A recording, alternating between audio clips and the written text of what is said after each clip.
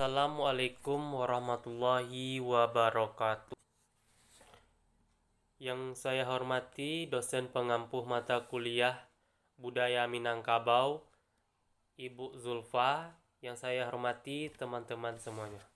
Baiklah, di sini saya akan menjelaskan materi tentang agama di Minangkabau. Masyarakat yang tinggal di Minangkabau termasuk menganut agama Islam. Dengan taat, semua tantangan kehidupan masyarakat banyak dipengaruhi dan berdasarkan agama Islam. Dalam kegiatan keagamaan, pelajaran agama dan kegiatan belajar mengajar dilakukan oleh seorang syekh atau kiai.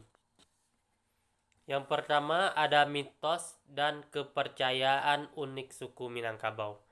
Yang wajib kamu ketahui, suku Minangkabau adalah suku bangsa yang mendiami daerah Sumatera Barat, Indonesia. Keunikan kebudayaan suku Minangkabau terletak pada sistem matriarki yang mereka anut, di mana garis keturunan dan warisan dihitung dari pihak ibu.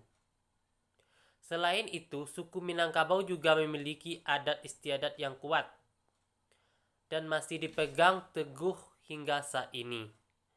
Adat istiadat ini mencakup banyak hal seperti adat perkawinan, adat pemakaman, adat berbicara, dan lain sebagainya.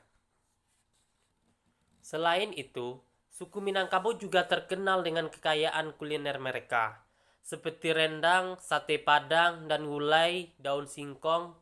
Mereka juga memiliki seni tradisional yang kaya seperti tari piring dan randai. Sistem pendidikan yang diterapkan oleh suku Minangkabau juga terkenal unik, di mana pendidikan dilakukan secara informal dan berbasis pada pengalaman langsung dalam kehidupan sehari-hari. Kita masuk ke mitos tentang asal-usul Minangkabau. Mitos tentang asal-usul Minangkabau adalah cerita yang dianut oleh sebagian besar masyarakat suku Minangkabau. Menurut mitos tersebut, asal-usul suku Minangkabau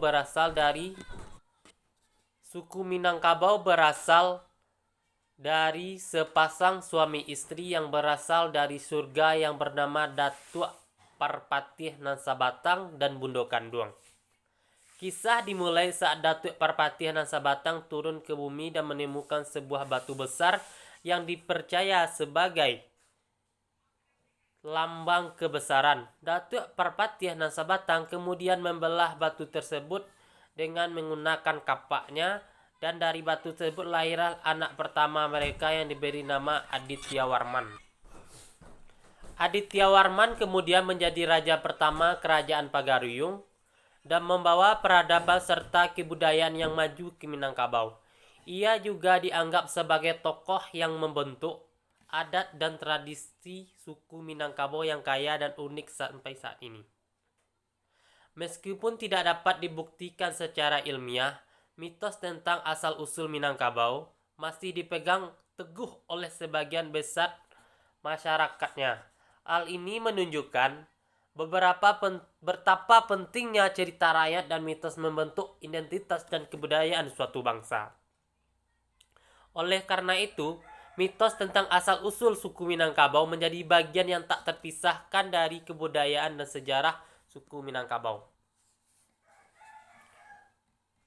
Kepercayaan pada adat Basandi Sara dan syarat Basandi Kitabullah. Adat Basandi Sara, Basandi Kitabullah merupakan salah satu kepercayaan yang dipegang teguh oleh masyarakat suku Minangkabau. Konsep ini menggambarkan bahwa adat yang berlaku di masyarakat harus selaras dengan ajaran Islam. Adat Basandi Sara bermakna bahwa adat yang dianut dan dilaksanakan haruslah selaras dan tidak bertentangan dengan ajaran agama Islam. Adat yang dilaksanakan harus memperhatikan nilai-nilai keagamaan seperti menjaga kehormatan dan kehormatan orang lain, saling tolong-menolong, serta menghargai sesama manusia. Yang kedua ada kepercayaan orang Minangkabau sebelum Islam. Agama orang Minang sebelum Islam, kerajaan Pagaruyung berubah coraknya dari Hindu Buddha menjadi kerajaan Islam. Setelah Sultan Alif memeluk agama Islam, peristiwa ini kemudian diikuti pula oleh masuknya Islam rakyat Minangkabau yang sebelumnya sebagian masih menganut animisme, dinanisme, atau Hindu-Buddha. Jadi bisa dikatakan orang Islam sebelum masuknya Islam ke Minangkabau, orang Minangkabau menganut agama dinanisme atau Hindu-Buddha. Yang ketiga ada masuknya Islam ke Indonesia. Islam masuk ke Indonesia adalah salah satunya berkat pernikahan. Jalur pernikahan ini ditempuh para ulama sekitar abad ke-11 hingga ke-13 Masehi. Para saudagar muslim dari Gujarat, Arab, Banggala, dan lainnya menikah dengan orang Indonesia. Wirdyarti menyebut umumnya saudara yang menikah adalah orang-orang kaya dan terpandang. Sampai disinilah penjelasan materi tentang orang Minangkabau. Saya sudahi. Wassalamualaikum warahmatullahi wabarakatuh.